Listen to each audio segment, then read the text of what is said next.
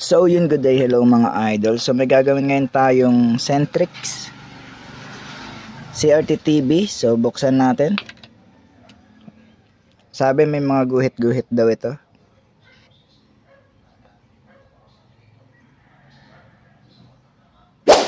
So yan, nag-on na siya mga idol.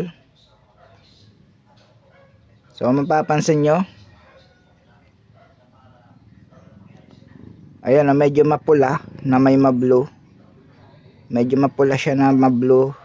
Yan, nagre-red, nagbo-blue siya. Tapos may mga guhit-guhit nga, no? So ayan yung ating ayusin mga idol.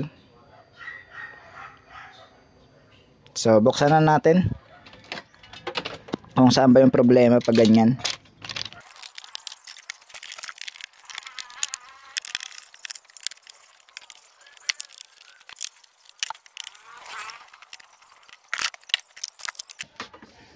So ito na mga idol. Bali, una natin gagawin, magbo-voltage check tayo dito sa kanyang CRT board dahil medyo mapula yung picture niya, no? So lagyan natin ng antena. Pakita ko muna yung itsura ng picture kapag may antena. So saksak natin mga idol. So ano na pala yung switch na to, no? Nakarekta. So ano na lang natin, sasaksak. So hinaan lang natin yung volume, i-mute lang natin. Yan, naka-mute lang yan mga idol.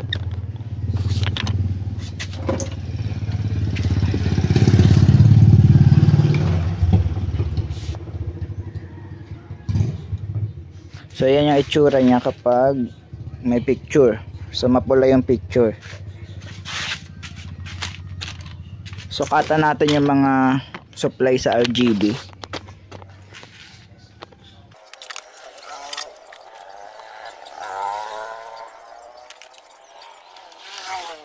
Sukatan natin RGB niya mga idol kung ilan ba yung nasusukat natin. Sa blue, meron siyang 170. Sa red 132 at yung green 171, 180. So ang tataas, no?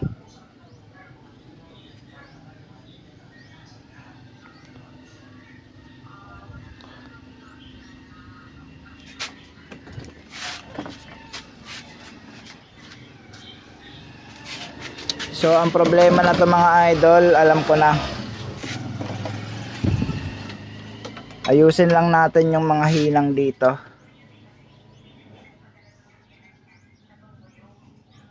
Mapapansin nyo, tuklap na yung board. Yan o, ayusin natin. Parang may nag-i-spark kasi dito banda. Nag-i-spark. So ayusin natin yung hinang dyan.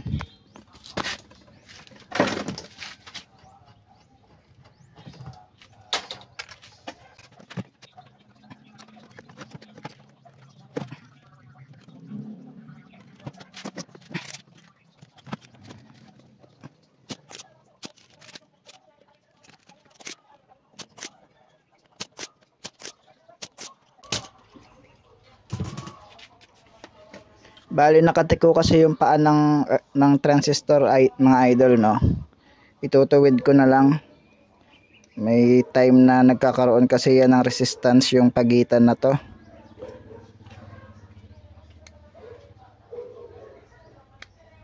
Kasi tuklap na yung circuit eh. Tuklap na yung circuit, siguro gumagalaw. Yun, no?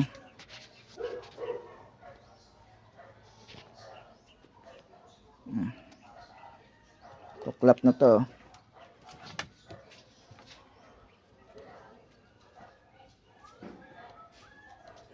So ayusin natin siguro yung circuit mga idol.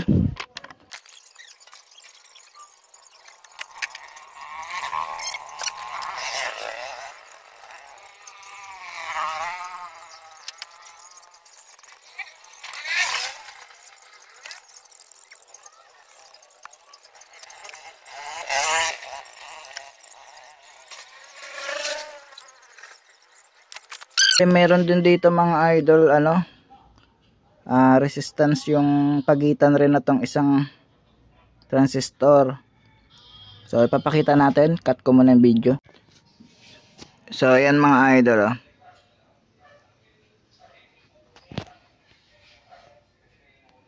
ayan, mag-focus.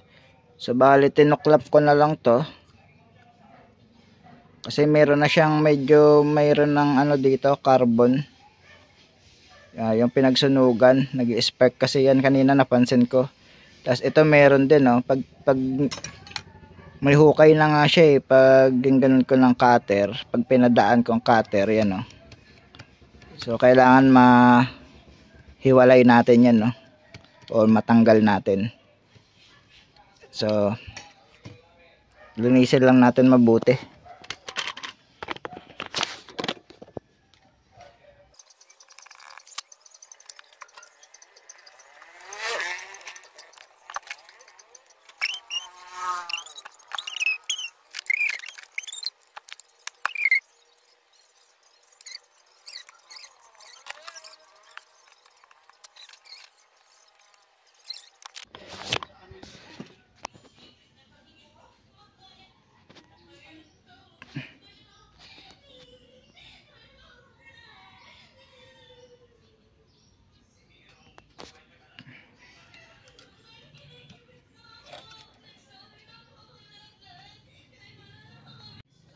So ayan na mga idol, nalinis na natin So ito na siya.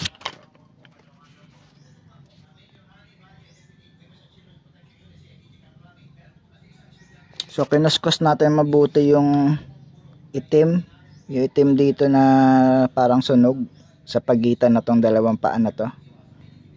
Tapos yun nandito meron na rin, kaya kinuskos ko na rin. So try natin mga idol kung mag-okay ba yung picture. Kasi kanina mapula. Isa rin yan sa dahilan kaya may mga guhit-guhit kasi yung 180 volts na papunta 180 volts yan mga idol, kasi may irritate. So ayan na mga idol.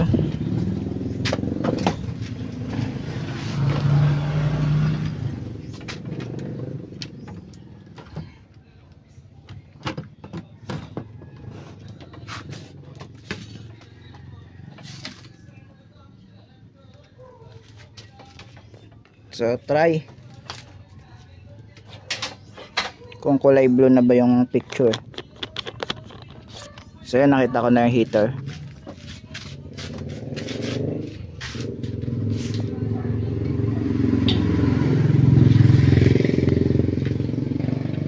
So yan, blue na yung picture mga idol.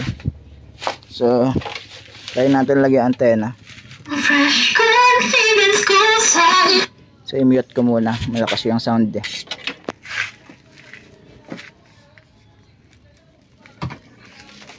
Lagyan natin antena.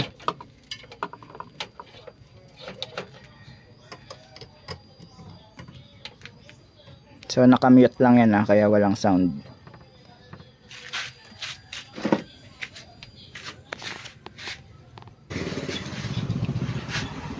So yan na siya mga idol, hindi na mapula yung picture.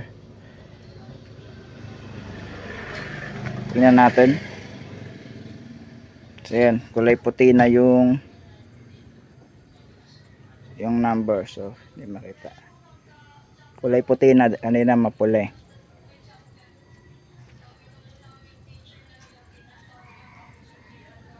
So okay na yung TV, okay na yung kulay.